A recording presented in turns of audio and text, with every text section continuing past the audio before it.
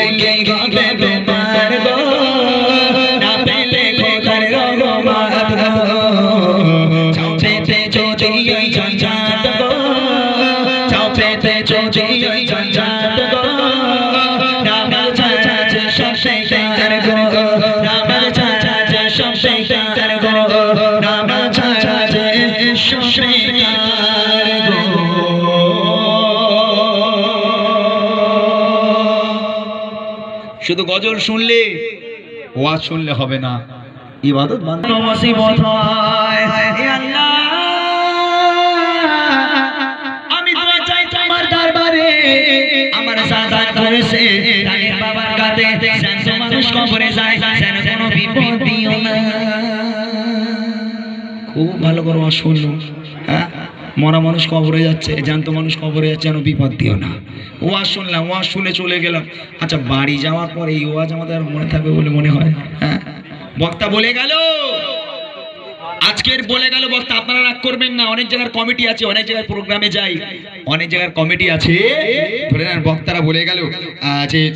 গোপের পানি খাওয়া হারাম হ্যাঁ সকালবেলা মেহফিল হয়ে গেল কমিটির ছেলেরা ক্লাবের মধ্যে আড্ডা বসিয়েছে কি আড্ডা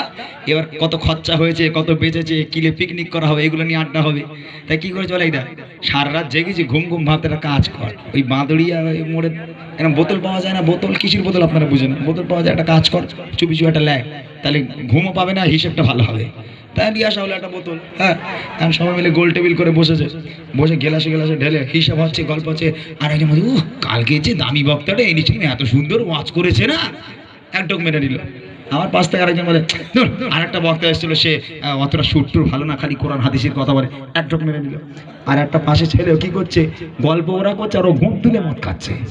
এরকম বলে এই তুই কি পাগলা হয়ে গেছিস আমরা এমনি খাচ্ছি তুই ঘুম তুলে খাচ্ছিস কেন বলে এত টাকাতে জলসা করলাম তাহলে এই শিখলি বলে তুই কি শিখলি ভাই বলে এই দেখ ওই দামি বক্তারা বলে গেলেন গোপের পানি খাওয়া হারাম তাই গোপ তুলে খাচ্ছি তা তুই খাচ্ছিস কি হ্যাঁ গোপের পানি খাওয়া হারাম তাই গোপ তুলে মদ খাচ্ছে বুঝলেন এই তো আমাদের অবস্থা মুসলমানের অবস্থা হায় হায় এই জলসা দিয়ে গজল দিয়ে মেহফিল দিয়ে কোনো লাভ নেই যদি আমল না করা হয় ওই কবরে তোমাকে যেতে হবে মনে রেখে দাও মুনকার নেকির ফারিস্তারা যখন তোমার কাছে চলে আসবে বলো তোমার রবকে তোমার ধর্ম কি তোমার নবীকে বলো তখন এই কলিজা টিপটিপানি শুরু হয়ে যাবে হায় আফসোস আমি কিচ্ছু জানি না আমি কিচ্ছু জানি না সরে যাও তোমরা সরে যাও খবরদার তোমরা আমার সামনে আসবে না একটা গজল লিখেছিলাম কবরে কবরে কঠিন কবরে সঙ্গে কে রাবে না কবরে কবরে কঠিন কবরে সঙ্গে কে রাবে না সাপার বিছে কাবে করে সাপার বিছে কাবে করে সাধের দেখো কানা কবর কবর কঠিন কবর সঙ্গে কে রাবে না কবর কবর কঠিন কবর সঙ্গে কে রাবে না এই মসজিদে এলান হবে আমাদের বাদুড়িয়ায় অমুকের বাড়ি অমুকের বাপ অমুকের মা অমুকের দাদা দাদি ইন্তেকাল হয়েছে জোহর বাদ তার জানাজা দাফন হবে ইনশাআল্লাহ মসজিদে মুয়াজ্জিন সাহেব এলান করে দিল কত মানুষ দেখতে আসবে আপনাকে হ্যাঁ এসে জিজ্ঞেস করবে করিম কোথায় জিজ্ঞেস করবে হ্যাঁ কুদ্দুস কোথায় জিজ্ঞেস করবে এসব জিজ্ঞেস করবে লাশ কোথায় কোথায় রেখেছে লাশ তোমার নামটাকে কেড়ে নেওয়া হবে, তোমাকে সুন্দর করে গোসল দেওয়া হবে, তোমাকে কাফন পরিয়ে জানাজাতে নিয়ে যাওয়া হবে। জানাজা হয়ে গেল, তোমার লাখাটিয়াটা ধরে কবরস্থানে গিয়ে বিসমিল্লাহি ওয়া আলা মিল্লাতি রাসূলিল্লাহ বলে তোমাকে কবরে শুইয়ে দেওয়া হবে। সবাই মাটি দেওয়া শুরু করবে। এবার কি হবে কবি লিখছে দেখেন, মসজিদে আলাল খাবে জবরেতে জানাজা জবরেতে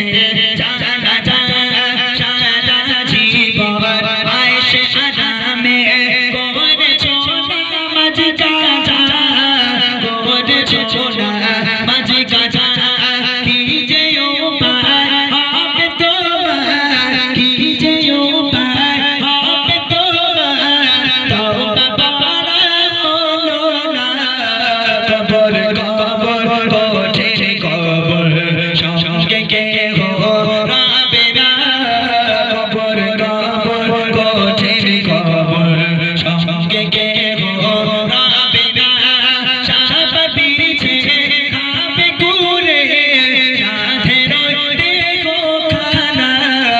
কবর কবর কঠিন কবর সঙ্গে কেহ রাবে না, কবর কবর কঠিন কবর সঙ্গে কেহ রাবে না। সবাই মাটি দিয়ে চলে গেল। মুনকার নেকির ফারিস্তানা নেমে এলো, ওঠো ওঠো, সারা জীবন আয়েশ আরাম করেছো, নামাজ পড়ার সময় পাওনি, রোজা রাখার সময় পাওনি, ইবাদত বান্দেগি করতে পারলে না। ওঠো, বলো তো তোমার রবকে, তোমার নবীকে, তোমার ধর্ম কি বলো। ঈমান আমল থাকলে বলতে পারবো, ঈমান আমল যদি না থাকে, হ্যাঁ হায় আফসোস, হায় হায়। এই মুনকার নেকির ফারিস্তারা, তোমাদের চেহারা দেখে ভয় হয়, খবরদার তোমরা আমার সামনে আসবে না, সরে যাও, সরে যাও, দূরে সরে যাও, আমার সামনে তোমরা আসবে না, তোমাদের ভয়ঙ্কর চেহারা দেখে বুক কেঁপে যায়, সরে যাও। মুনকার নেকির ফারিস্তারা বলবে আল্লাহ এ হবে না, রিজেক্ট করো মাল। আল্লাহ বলবে তোরা চলে আয়। মুনকার নেকির ফারিস্তারা চলে যাবে, আল্লাহ পাক ডাক দিয়ে বলবে কানা আর কালা দুই ফেরেশতা এবার ঢোক। তোরা দেখতেও পাসনি, শুনতেও পাসনি, ও যেমন দুনিয়ার বুকে নামাজ পড়েনি, রোজা রাখেনি, আজানের সময় শুধু ডিজে বাজিয়ে, আজের গান বাজনা বাজিয়ে পিকনিক করে বেরিয়েছে। তোরা কবরের মধ্যে ওর একটু ডিজে বানিয়ে কবরের মাটি কাঁপা, আমি আল্লাহ একটু বসে বসে দেখি। হায় হায়, কবরের আযাব যদি একটা বার কোন কবরবাসী প্রকাশ করতে পারত যে কবরের আযাবটা কত ভয়ানক হবে, তাহলে আমার মনে হয় দুনিয়ার কোনো মানুষ সিজদা থেকে তার সারাটা জীবন আর মাথা তুলতো না। এত ভয়ানক হবে কবরের আযাব। কিন্তু কার মধ্যে এত ভয় আছে আমরা বুঝি না, এত ওয়াজ শরীফ নসিহত শরীফ আমরা বুঝি না। বলে কবরের মধ্যে সাপ আসবে, বাদুড়িয়া ছেলেরা সব পুকুরে গিয়ে গোসল করে, ভেড়িতে গিয়ে গোসল করে, ওরা এরকম সাপ ধরে হাতে করে তোলে। বলে মৌলী সাহেবরা বলে কবরের মধ্যে সাপ আসবে, সাপ নিয়ে তো আমরা খেলা করি, এরকম বলে না। কবরের সাপ ওই হেলে সাপ, ডানা সাপ নয়। কবরের সাপ যদি দুনিয়ার বুকে কোনো একটা জায়গায় একবার নিঃশ্বাস ফেলে, কাল কিয়ামত পর্যন্ত সেই জায়গায় সবুজ ঘাস জন্ম নেবে না। এত ভয়ঙ্কর কঠিন হবে বিষধর সেই সাপ, কবরের সাপ। একটাবার ভয় করেন, কবরের আযাবের ভয় করেন, আল্লাহর ইবাদত করেন, তাওবা করে নেন, আল্লাহ পাক আপনাদের মাফ করে দিতে পারে। শেষ কথায় কবি লিখছে দেখেন, মনে কারণে ফারিস্তারা আসবে যখন কবরে, আসবে যখন কবরে, পড়বে তখন তোমায় সাবা, জবাব দেবে কি করে, জবাব দেবে কি করে, না পারিলে চাওয়া জবাব, না পারিলে চাওয়া জবাব, কি হবে দেখো না। কবর কবর কঠিন কবর সঙ্গে কেহ রাবে না, কবর কবর কঠিন কবর সঙ্গে কেহ রাবে না। সাপ বিছে খাবে কুরে, সাপ বিছে খাবে কুরে, সাধের দেখো খানা, কবর কবর কঠিন কবর সঙ্গে কেহ রাবে না, কবর কবর কঠিন কবর সঙ্গে কেহ রাবে না, কবর কবর কঠিন কবর সঙ্গে কেহ রাবে না।